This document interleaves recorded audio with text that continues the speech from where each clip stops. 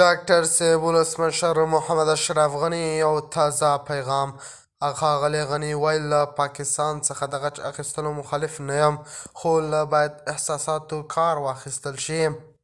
ښاغلي ولسمشر محمد اشرف غني د طالبانو دفاع وزیر ملا یعقوب مجید ته په اشاره ویلي دي، زه د دې مخالف نه یم چې تاسو د پاکستان نه باید خپل غچ واخلئ او نه د پاکستان سره ولاړ یم.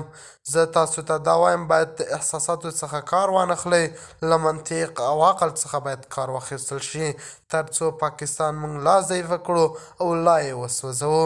هغه له طالبانو بار بار غوښتنه کوي چې باید تاسو منطق څخه کار واخلئ، نه د احساساتو باندې هیڅ هم نه کیږي.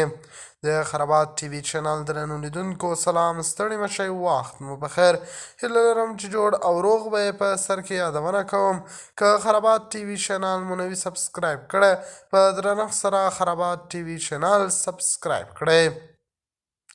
ولسمشر محمد اشرف غني وایي له پاکستان څخه د غچ اخیستلو مخالف نه دی، خو په دې برخه کې باید د احساساتو پر ځای له منطق او عقل څخه کار واخیستل شي. هغه ویلي د کونړ سیند پر ځای د کونړ لرګي باید وساتل شي او کانونه خوندي شي، نو دا هم ستر غچ دی. هغه ویلي که د غچ اخیستنې فکر کیږي نو پاکستان هلته پر کډوال نور ظلم هم کوي. افغان کډوالو ته باید د لوبو د وسیلې په توګه ونه کتل شي.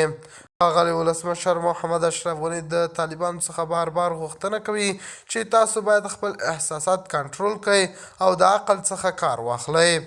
د خرابات ټي وي چینل درنو لیدونکو دا و زموږ ته د مهال چمتو کړی خبر.